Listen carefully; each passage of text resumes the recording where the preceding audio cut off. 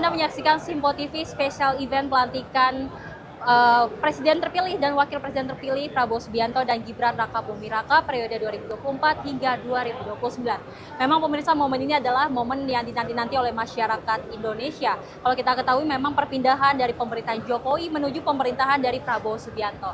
Dan untuk membahasnya lebih lanjut, kita sudah bersama narasumber kita, yaitu salah satu anggota DPR RI fraksi Demokrat, Herman Heron, atau biasa kita sapa Kang Hero. Kang Hero, bagaimana kabarnya Kang Hero? Baik, alhamdulillah. Terima kasih Kang Hero sudah bergabung bersama kami di Simpo TV.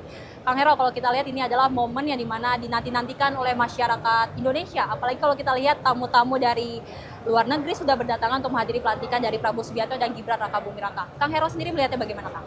Ya, pertama tentu ini adalah saya menyaksikan keempat kalinya pelantikan presiden. Ya, dan 3 presiden masa transisi tentu saya juga mengikutinya. Dan memang transisi peralihan kepemimpinan negara ini dalam 3 kali periode ini saya kira sangat baik gitu ya. Dari Pak SBY ke Pak Jokowi, dari Pak Jokowi ke Pak Prabowo Subianto, ini adalah transisi yang baik, mulus, dan mudah-mudahan ini menorehkan optimisme ke depan bahwa dari pemerintahan ke pemerintahan tentunya dengan tidak melupakan terhadap jasa dan karya yang dibangun oleh presiden sebelumnya, insya Allah ke depan akan lebih baik. Nah, yang kedua tentu ada harapan baru, ya, ada hope baru dari masyarakat dengan pemimpin baru ini bisa menjawab berbagai persoalan dan permasalahan bangsa dan rakyat. Betul. Persoalan pangan, persoalan ekonomi, pekerjaan, kemudian daya beli, kemudian persoalan pertahanan keamanan, persoalan air misalkan. Nah, ini yang harus dijawab, persoalan perubahan iklim. Nah, ini yang harus tentu ke depan menjadi optimisme kita dengan pemimpin yang baru, tentu akan bisa menyelesaikan persoalan-persoalan itu. Yang kedua, ya dengan perubahan pemimpinan tentu ada keberlanjutan terhadap pembangunan yang telah dijalankan sebelumnya, dan yang paling penting juga ke depan ada inisiatif program baru yang sudah tertuang di dalam janji kampanyenya Presiden, yang ini mudah-mudahan juga bisa dijalankan sehingga menambah terhadap hasanah program-program kerakyatan, menambah terhadap kekuatan ketahanan pangan, menambah terhadap kedaulatan pertahanan keamanan negara, meningkatkan pertumbuhan ekonomi, yang semua ini pada akhirnya menuju kepada kedaulatan negara dan kesejahteraan rakyat. Oke, Kang Hero, tadi seperti Kang Hero katakan bahwa transisi pemerintahan ini cukup mulus ya. Kalau kita ketahui memang dari pemerintahan Jokowi menuju Prabowo memang bisa dikatakan cukup mulus. Karena kalau kita ketahui bahwa saya Jokowi dan Prabowo sering melakukan pertemuan di mana ini mereka saling sharing, ada pembicaraan terkait mungkin juga kabinet. Dari Kang Hero melihatnya bagaimana? Ya, itulah konsepsi melanjutkan dan memperbaiki, continuity and change, ya. Artinya bahwa dengan transisi pemerintahan yang begitu baik ini, tentu juga hasilnya ke depan harus lebih baik. Betul. Dan jika melihat kemampuan negara saat ini, ya harusnya memiliki optimisme. Kita pernah terperosok dalam krisis ekonomi akibat COVID. Bahkan sebelumnya terjadi krisis tahun 98. Sebelumnya lagi kita bisa narik jauh ke belakang, tentu ada fase-fase yang ini menjadi kesulitan bangsa, negara, pemerintahan, tapi bisa dilewati, gitu ya. Dan COVID saya kira dengan konsekuensi dan dampak yang ditimbulkannya begitu luas, karena bukan hanya di negara kita, tapi di negara lain pun terjadi, tentu ini juga menjadi permasalahan tersendiri. Tapi bisa dilalui. Dan tentu fase-fase ini harus terus menjadi optimisme kita untuk bisa turut serta, guyup, gotong royong di dalam turut serta pembangunan bangsa ke depan. Dan kami yakin Pak Prabowo Subianto tentu memiliki kemampuan, Pak Prabowo memiliki pengetahuan, Pak Prabowo memiliki cara bagaimana ke depan bisa melewati berbagai masalah dan juga bisa memenuhi harapan, aspirasi, dan keinginan rakyat. Oke, Kang Hero, kalau kita lihat kan ada 8 misi Astacita dari Prabowo Gibran sendiri. Salah satu ada program makan bergizi gratis, ada untuk mengurangi angka kemiskinan, ada juga menuntaskan korupsi. Sebenarnya dari program-program dari Prabowo Gibran ini, apakah sudah bisa dikatakan mampu melewati tantangan-tantangan ke depannya untuk kita hadapi di Indonesia nanti, Kang Hero? Ya, kita harus optimis dong, ya, harus optimis. Dan keyakinan Pak Prabowo untuk bisa menyelesaikan berbagai persoalan bangsa, bahkan bisa memenuhi harapan dan keinginan rakyat ke depan, itu ditunjukkan dari hari ini. Bahwa Pak Prabowo meyakini dengan mengedepankan persatuan kesatuan, pemerintahan yang kolaboratif, ini bisa menjadi pondasi untuk bisa menyelesaikan berbagai program, melanjutkan berbagai pembangunan sebelumnya, dan tentu bisa membangun program-program inisiatif baru yang digagas, yang termasuk di dalam Astacita. Nah, yang kedua, tentu ini menjadi ancaman tersendiri, bahwa kehidupan berbangsa dan bernegara kita juga tidak akan terlepas dari geopolitik, dari politik kawasan, kemudian geoeconomics, dari ekonomis kawasan, dan tentu dari geostrategi, strategi kawasan. Yang ketiga aspek ini harus menjadi kewaspadaan kita. Bagaimana kita menangkal jika terjadi situasi panas di Laut Cina Selatan misalkan. Kan harus dipikirkan. Oleh karena itu kita harus dukung sepenuhnya keinginan Pak Prabowo, misalkan program utamanya adalah meningkatkan sistem keamanan dan pertahanan negara. Ini harus kita dukung karena bagaimanapun ini penting untuk menjaga kedaulatan negara. Yang kedua, untuk mewujudkan kedaulatan pangan, kedaulatan energi, dan kedaulatan air. Ini sangat mendasar bagi kehidupan rakyat kita. Oleh karenanya kalau ini kita bisa wujudkan, ini adalah sebagai bagian yang sangat mendasar yang dilaksanakan oleh Presiden Prabowo untuk bisa mempertahankan eksistensi dan keberadaan bangsa ini bukan hanya untuk hari ini, tapi jauh ke depan. Dan selanjutnya baru melaksanakan program-program yang ini yang termaktub di dalam Astacita, yang tentu juga ini memperkuat terhadap pertumbuhan ekonomi. Misalkan, apa itu? Hilirisasi 21 komoditas penting bangsa ini. Yang ini menjadi harta dan kekayaan bangsa kita. Yang ini menjadi prospek sumber daya alam kita untuk menambah fiskal dan mensejahterakan rakyat. Nah, apalagi selanjutnya? Ya bisa meningkatkan sumber daya manusia. Karena ini adalah keniscayaan yang harus kita prioritaskan sehingga anak-anak bangsa kita bukan untuk hanya hari ini, tetapi ke depan anak-anak bangsa kita juga bisa menjawab tantangan terhadap sumber daya manusia. Kemampuan artificial intelligence misalkan, ya kita harus kuat di situ.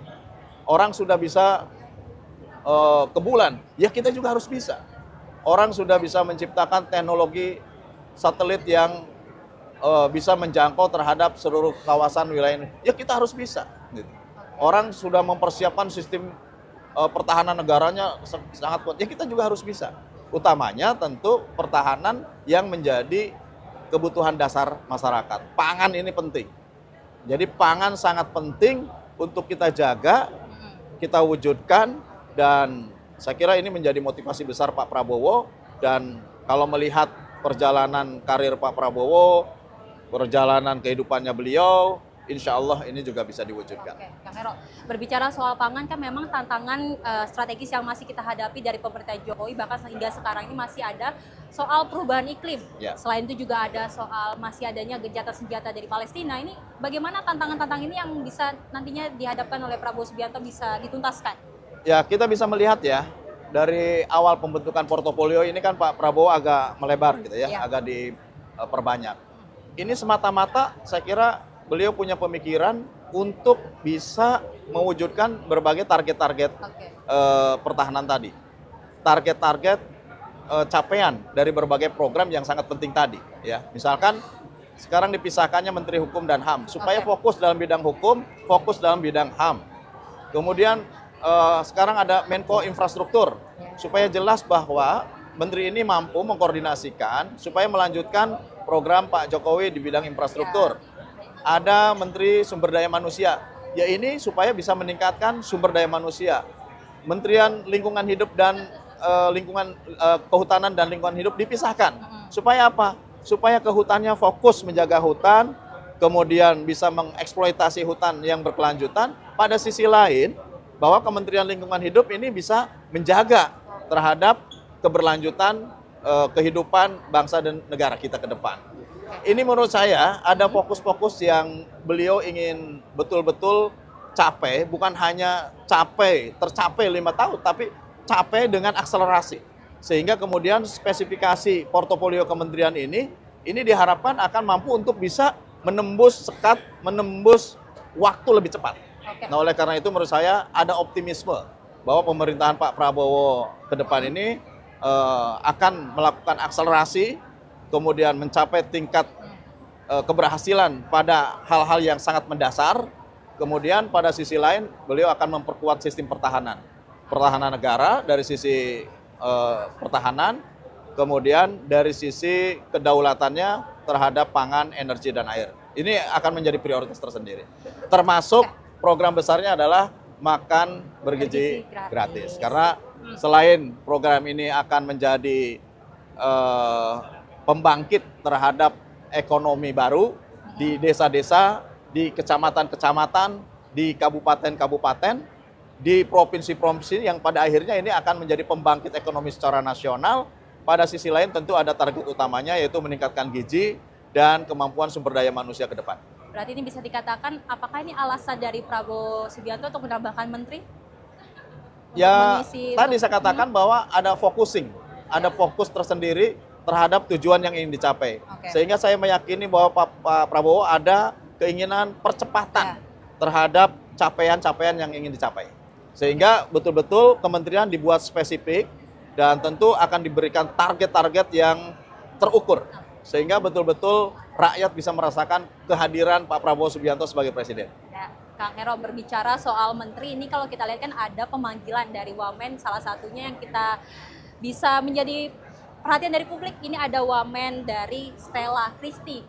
Yang kalau kita lihat dia berbicara soal latar pendidikannya, ini kan cukup luar biasa ya Kang. Ini katanya digadang-gadang akan mengisi di Wamen pendidikan. Kang Hero sendiri melihatnya bagaimana? Apakah emang Prabowo ini mengisi dari Wamen sendiri sesuai profesionalismenya sendiri, Kang Hero? Dan kita juga bisa melihat dari portofolionya bahwa pendidikan ini sekarang dipisah antara pendidikan tinggi, dikti, dan pendidikan Dikdasmen ya, yang sampai tingkat menengah plus dengan riset dikti, dengan riset. Artinya ini dipisah. Untuk apa? Untuk fokus bahwa pembinaan dalam pendidikan usia dini sampai tingkat menengah, kemudian bagaimana focusing di tingkat perguruan tinggi. Kalau bisa ya lebih vokasi gitu ya. Pendidikan itu lebih spesifik kepada pengetahuan yang bisa menggali potensi sumber daya alam Indonesia. Menurut saya ini juga strategi, termasuk bagaimana penempatan orang. Pak Prabowo saya kira juga punya ukuran-ukuran ya. Dan kalau merujuk kepada apakah tepat atau tidak orang ini posisi di sini, tentu kalau secara politik ya kami serahkan kepada Pak Prabowo karena itu adalah hak prerogatifnya. Dan yang terpenting bahwa penempatan orang itu the right man and the right place. Mereka ditempatkan pada tempat yang tepat dan bisa bekerja dengan baik ke depan. Oke, kalau kita lihat juga banyak sekali Kang Hero menteri-menteri ataupun wamen yang dipanggil ini kan salah satunya ini kalangan ada Raffi Ahmad. Ini katanya digadang-gadang juga akan mengisi di Menteri Ekonomi Kreatif. Kang Hero sendiri melihatnya bagaimana? Apakah ya ada masalah dengan di kita tidak boleh underestimate lah ya. Tidak boleh ya, Kang Hero, ya? Underestimate. Kita lihat saja ke depan. Toh mekanisme di dalam sistem pemerintahan kita kan sudah biasa juga. Gitu. Kalau bagus ya dilanjut. Kalau tidak bagus kan ada mekanismenya. Jadi kita juga jangan underestimate, tetap optimis. Kita lihat saja perjalanan ke depan bangsa ini. Dan ya kita yakini bahwa Pak Prabowo bisa membawa bangsa dan negara kita ini lebih baik. Kang Hero, terakhir harapan untuk pemerintahan Prabowo Gibran sendiri apa nih Kang Hero? Ada target besar negara, yaitu menuju Indonesia Emas tahun 2045. Indonesia Emas apa? Bukan emas bongkahan gitu ya, tapi menuju Indonesia yang ekonominya maju, adil dan sejahtera. Emas, ya. Ekonominya maju ya tentu bisa memberikan kontribusi, meningkatkan daya beli, investasinya terbuka luas, lapangan pekerjaannya sangat banyak dan terbuka luas untuk masyarakat. ini yang diharapkan ke depan sudah tidak ada persoalan dengan persoalan ekonomi. Nah, tinggal bagaimana persoalan keadilan. Bisa mengurangi kesenjangan, tidak ada lagi kemiskinan ekstrim, ya. Dan terakhir tentu kesejahteraan. Masyarakat bisa survive dalam kehidupannya, bisa memenuhi pangannya, bisa memenuhi airnya, bisa menyekolahkan anaknya, bahkan bisa kemudian keluarga menjaga keberlangsungan keluarganya, kehidupannya, sampai kapanpun negara ini masih ada, bumi ini masih ada. Kita harus optimis bahwa Indonesia akan tetap ada sampai kapanpun. Oleh karenanya, itulah yang harus menjadi optimisme kita hari ini. Harapan besar kita adalah bagaimana Pak Prabowo bisa mempersatukan seluruh elemen dan komponen bangsa dan kemudian mendayagunakannya menjadi sebuah kekuatan menuju target Indonesia Emas 2045 yang tentu ini menjadi target besar bangsa dan negara kita. Baik Kak Hero, seperti yang Kak Hero katakan bahwasanya kita harus optimis ya Kang, bahwasanya ekonomi Indonesia bisa meningkat dan juga pastinya adanya keadilan untuk masyarakat Indonesia. Baik Kang Hero, terima kasih banyak sudah bergabung bersama kami di Simpo TV untuk bagaimana pelantikan dari Presiden terpilih Prabowo Subianto dan Wakil Presiden terpilih Gibran Rakabuming Raka. Pemirsa, pastinya kita akan mengupdate bagaimana pelantikan ini berjalan dengan baik. Saksikan terus Simpo TV.